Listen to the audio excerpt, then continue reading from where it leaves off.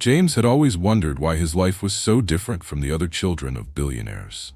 While his classmates arrived at the university gates in shiny Mercedes and Porsches, flaunting Rolex watches and designer shoes, James quietly stepped out of public taxis or strolled in on foot, his neatly pressed shirts far simpler than their loud brands. It wasn't that he hated it, but sometimes envy scratched at his heart like a stubborn itch. After all, he was the only son of Chief Ogundele, one of the wealthiest men in Lagos. So why couldn't he drive flashy cars, dine in the poshest places, or throw lavish parties like the other rich kids?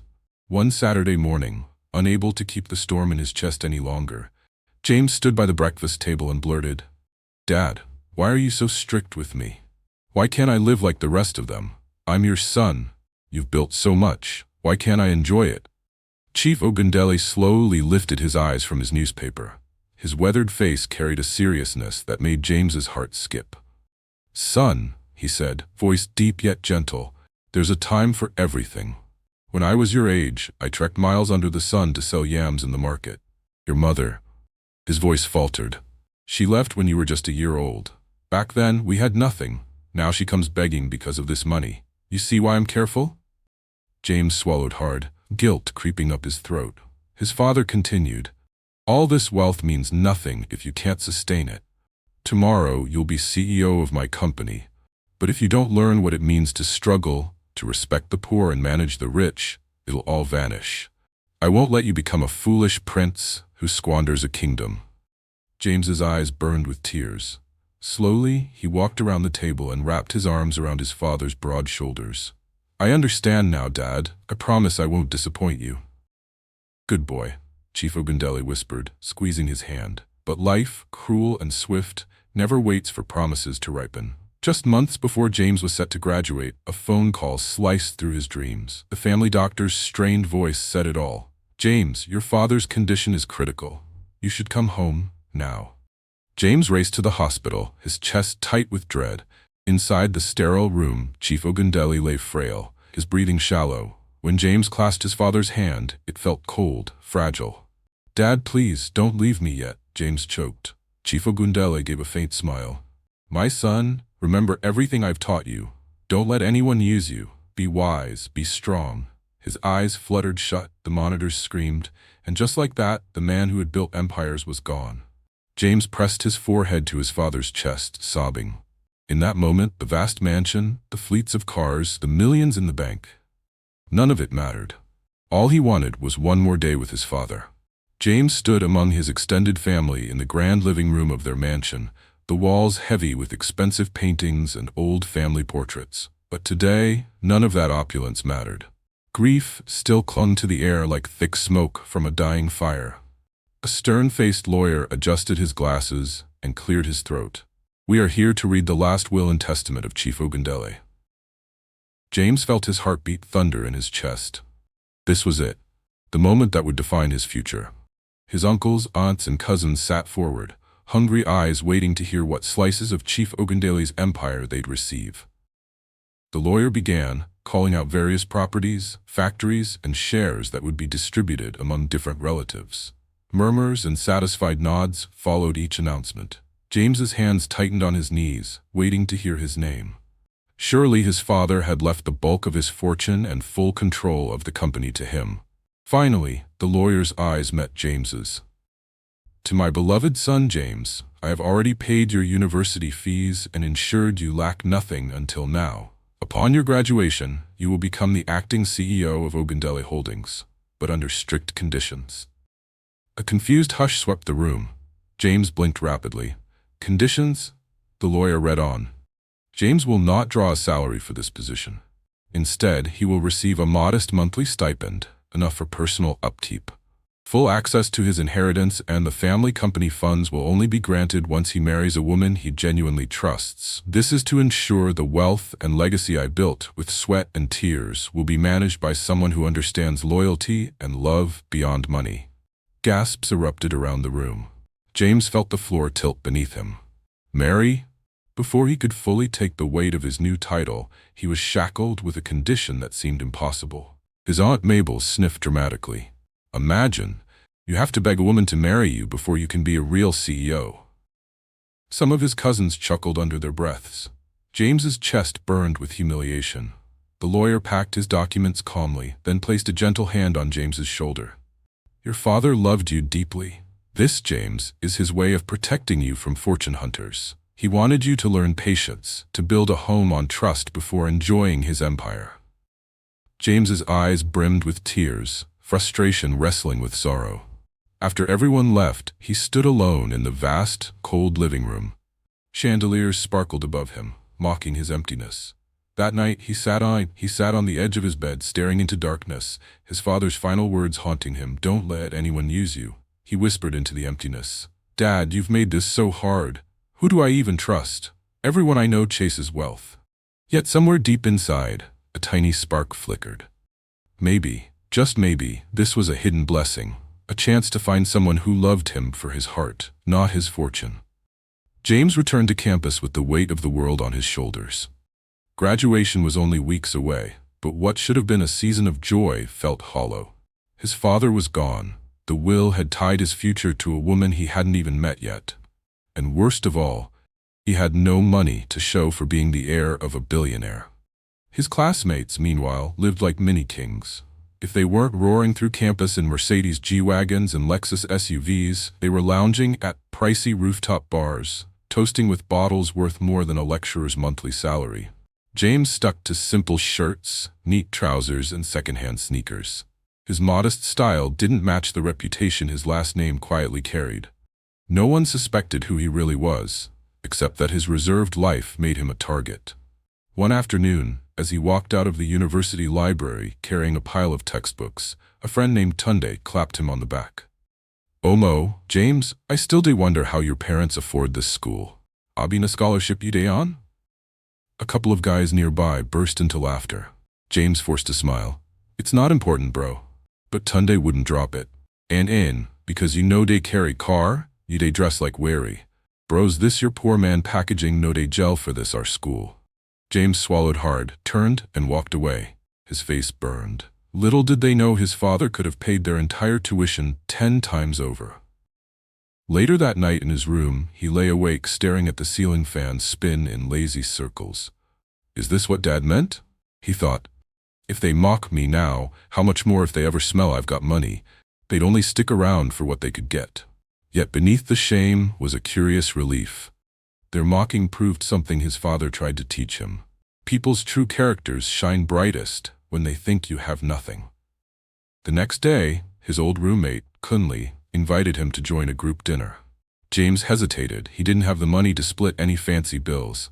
But Kunli insisted, don't worry, we go sort am. At the restaurant, Kunli ordered 3 bottles of champagne and platters of seafood. When the waiter dropped the bill, Kunli winked at James. Oh yeah, settle am. Now you get level pass for here. James's mouth went dry. I can't. I didn't bring.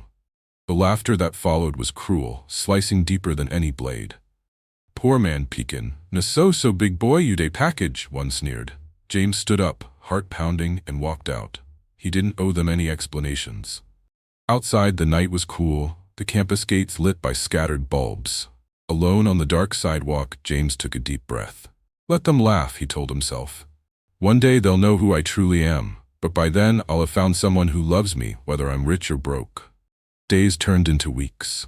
James graduated with quiet dignity, the applause at the convocation ceremony feeling oddly hollow without his father there to cheer. Now officially the acting CEO of Obundele Holdings, he began going to the company's headquarters in Victoria Island. But the reality was harsh. No flashy allowances, no indulgent luxury, just enough to live simply. One humid evening, tired from a long board meeting, James decided to drive through the old streets near campus. Nostalgia tugged at him. That was when he spotted her. Standing by a small wooden stall, arranging trays of steaming hot fish pies and egg rolls. Sarah. She wore a bright orange dress speckled with flour, her hair pulled back in a messy bun, laughter dancing on her lips as she teased some small boys trying to steal snacks. James slowed down, heart strangely light, memories flooding back. Back when he was a struggling student, she was the girl who sold snacks outside the gates. Always cheerful, always respectful. On impulse, James parked and stepped out. Excuse me, are you Sarah? She squinted at him, confused. Do I know you? He chuckled. Maybe. You used to sell snacks to us hungry students by the gate. I'm James, the one who always bought 2 fish pies and never took change. Recognition bloomed on her face, followed by a wide smile. James, you look different though. More serious now, like Oga on top. They both laughed. The sound was so refreshing it eased something tight in James's chest. They exchanged numbers that evening, and James found himself calling her as soon as he got home. Their first conversation was awkward but sweet, full of old jokes and gentle teases. Over the next few weeks, they began to meet up after work. James would park by her stall, and they'd sit together on a small bench, sharing fresh pastries. Sarah talked about her dreams of opening a proper bakery someday. Her eyes sparkled with hope, not greed. Unlike the flashy girls from school who wore luxury wigs and boasted of vacations in Dubai, Sarah was simple, yet her laughter was more golden than any necklace. One evening, as the sun melted into a pool of red across the horizon, James decided to test the waters. He told Sarah he had to execute a big project but needed money, so he was thinking of selling his car. Sarah didn't hesitate. She reached for his hand, squeezed it gently. If it's important for your future, do it. God will prosper your work. I'll be here, car or no car. James stared at her, stunned. No protest, no worried look about losing comfort. Just faith. Driving home later, he couldn't stop smiling. For the first time since his father died, James felt a flicker of peace. Maybe, just maybe, he had found the woman who would stand by him through storms and sunshine. James lay awake that night, staring at the ceiling fan slicing lazy circles above him. Sarah's words echoed in his mind. I'll be here, car or no car. But doubt crept in like a sly thief. Was she truly different? Or would money still change her heart, like it did for so many others? His father's voice haunted him. Don't let anyone use you, James. So he decided to test her, fully. The next day, James drove his car, not to a buyer, but to his late father's old house, locking it safely in the garage. Then he called Sarah that evening, voice heavy with fake sorrow. I sold the car today, he lied. But it still wasn't enough. I'm thinking of selling my house next. Sarah's brow furrowed. Are you sure the project is worth it? Yes, James lied again. It's for a contract that could set me up forever.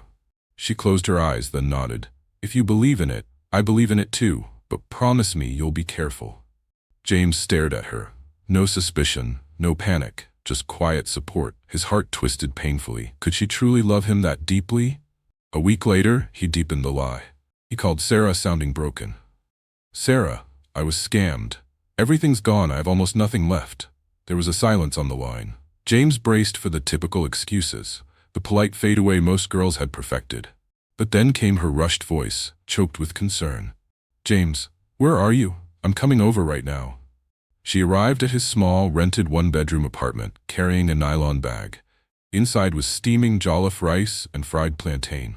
When James opened the door, she pulled him into a hug. Stop worrying, okay? God knows why this happened. You'll rise again. That night, Sarah didn't leave. She washed his dishes, cleaned the tiny sitting room, even joked about how small the bed was. James watched her in stunned silence. Any other girl would have run. Yet she's here, taking care of me. The days that followed only cemented the truth. One evening, James texted her, Babe, I haven't eaten since morning. Can you help me, even if it's just 1,000? Without pause, Sarah replied, I just sold fish pies now. I'll send it to you, then come over later. James dropped the phone and covered his face, tears burning his eyes. He felt wretched for lying, but also deeply grateful. This was no gold digger. This was a woman who would build a kingdom with him from scratch. Weeks later, he visited her cramped one-room apartment. Outside, her friends laughed cruelly. See this one, looking like a broke mechanic. That's Sarah's boyfriend? She likes suffering, Shah? James's stomach twisted, but when Sarah emerged, she beamed. James, my love, come in. Inside, James took her hands, emotions raw. You've passed every test, Sarah. Soon, you'll see who I really am. And that everything I did was because I wanted to be sure your heart was true. 2 months later, James decided it was time. He couldn't keep hiding, couldn't keep lying. Sarah had proven more than once that her love wasn't chained to luxury. She stayed when he was poor, fed him when he claimed to have nothing, and defended him before friends who laughed at his simple clothes. Now it was time for the truth. so he called her one rainy afternoon, his voice deliberately weak. "Sarah, I'm sick. Please come see me.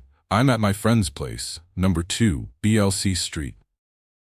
"Don't worry, I'm on my way," she replied, worry choking her voice. She didn't know that BLC Street was an exclusive estate of billionaires, or that number 2 was actually his father's old mansion, where James had moved back in. When Sarah arrived, the gates alone made her pause. Massive black steel with golden crests, guarded by 2 men in crisp uniforms. One stepped forward. "Are you Miss Sarah?" She nodded nervously. "Please come in. Mr. James is expecting you." As she walked up the long stone driveway, her heart raced. The mansion ahead loomed grand and silent, lights glowing warmly through giant glass windows. "What sort of friend lives here?" she wondered. Inside, the doors swung open to reveal a hallway draped in white roses. Soft violin music floated through the air. Confused, Sarah tiptoed down the corridor, until a trumpet blared, and suddenly the entire living room lit up. From behind a curtain, dozens of people jumped out shouting, "Surprise!" Sarah gasped. The room was decorated like a fairy tale, flowers, chandeliers dripping crystal, a table stacked with champagne. At the center stood James, in a sharp navy tuxedo, his smile gentle, eyes sparkling with unshed tears. Sarah clutched her chest. "James, what is this? I thought you were sick." He walked up to her, took her trembling hands, then dropped to one knee. A hush fell over the crowd. James pulled out a diamond ring that glowed under the chandeliers. "Sarah, from the day I saw you by your snack stall again, I hoped you were different, but I had to be sure. So I tested you. Your patience, your love, your heart, and you passed every test. Even when I claimed I was broke, you stayed.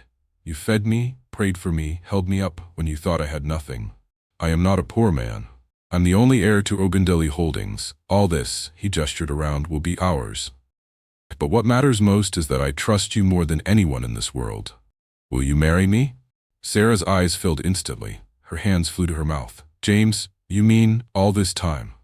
"Will you marry me?" he repeated, voice cracking. She fell to her knees with him, pulling him into a tearful hug. "Yes, yes, James, I'll marry you. 1,000 times, yes." People erupted into cheers. Trumpets blared again. Balloons burst above them, raining gold confetti. As James slipped the ring onto her finger, they kissed, surrounded by laughter and claps. At that moment, Sarah didn't care about mansions or billions. She only knew she was holding the heart of a man who valued loyalty over riches, and had chosen her to build forever.